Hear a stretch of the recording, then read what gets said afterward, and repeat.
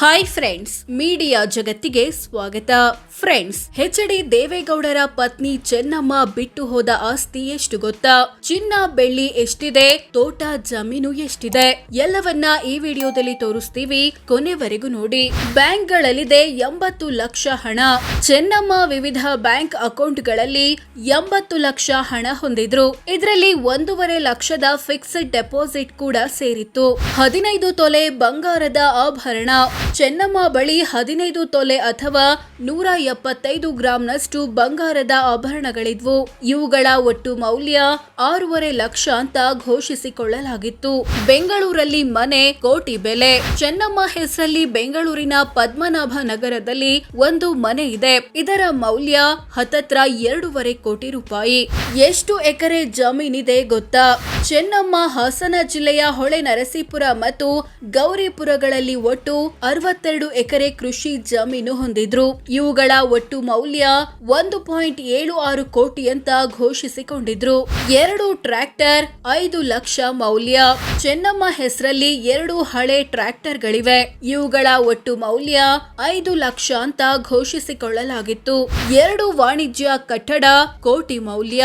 ಚೆನ್ನಮ್ಮ ಹಾಸನ ಜಿಲ್ಲೆಯ ಹೊಳೆ ನರಸೀಪುರದಲ್ಲೊಂದು ಮತ್ತು ಪಡುವಲ ಹಿಪ್ಪೆಯಲ್ಲೊಂದು ಸೇರಿ ಒಟ್ಟು 2 ವಾಣಿಜ್ಯ ಕಟ್ಟಡಗಳನ್ನ ಹೊಂದಿದ್ರು.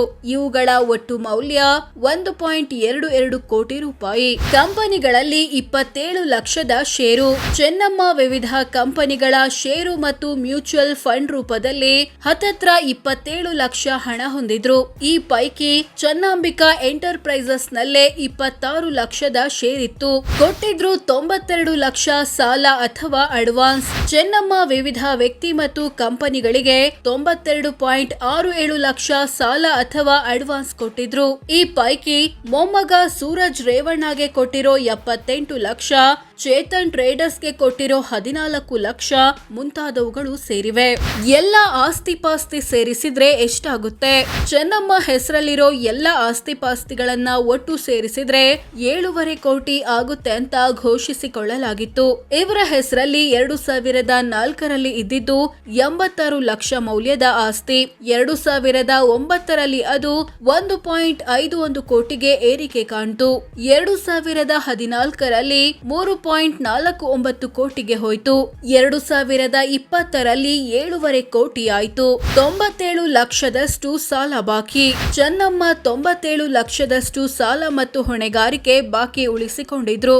ಈ ಪೈಕಿ ಮಕ್ಕಳಾದ ಎಚ್.ಡಿ. ಅನುಸೂಯಾಗೆ ಕೊಡಬೇಕಿದ್ದ 19 ಲಕ್ಷ, ಎಚ್.ಡಿ. ರೇವಣ್ಣಗೆ ಕೊಡಬೇಕಿದ್ದ 15 ಲಕ್ಷ, ಎಚ್.ಡಿ. ಶೈಲಜಾಗೆ ಕೊಡಬೇಕಿದ್ದ 10 ಲಕ್ಷ, ಎಚ್.ಡಿ. ರಮೇಶ್ಗೆ ಕೊಡಬೇಕಿದ್ದ 9 ಲಕ್ಷ, ಎಚ್.ಡಿ. ಬಾಲಕೃಷ್ಣ ಗೌಡಗೆ ಕೊಡಬೇಕಿದ್ದ 7 ಲಕ್ಷ, ಎಚ್.ಡಿ. ಕುಮಾರಸ್ವಾಮಿಗೆ ಕೊಡಬೇಕಿದ್ದ 1 ಲಕ್ಷ ಮತ್ತು ಮೊಮ್ಮಗ ಪ್ರಜ್ವಲ್ಗೆ ಕೊಡಬೇಕಿದ್ದ 23 ಲಕ್ಷಗಳು ಸೇರಿವೆ.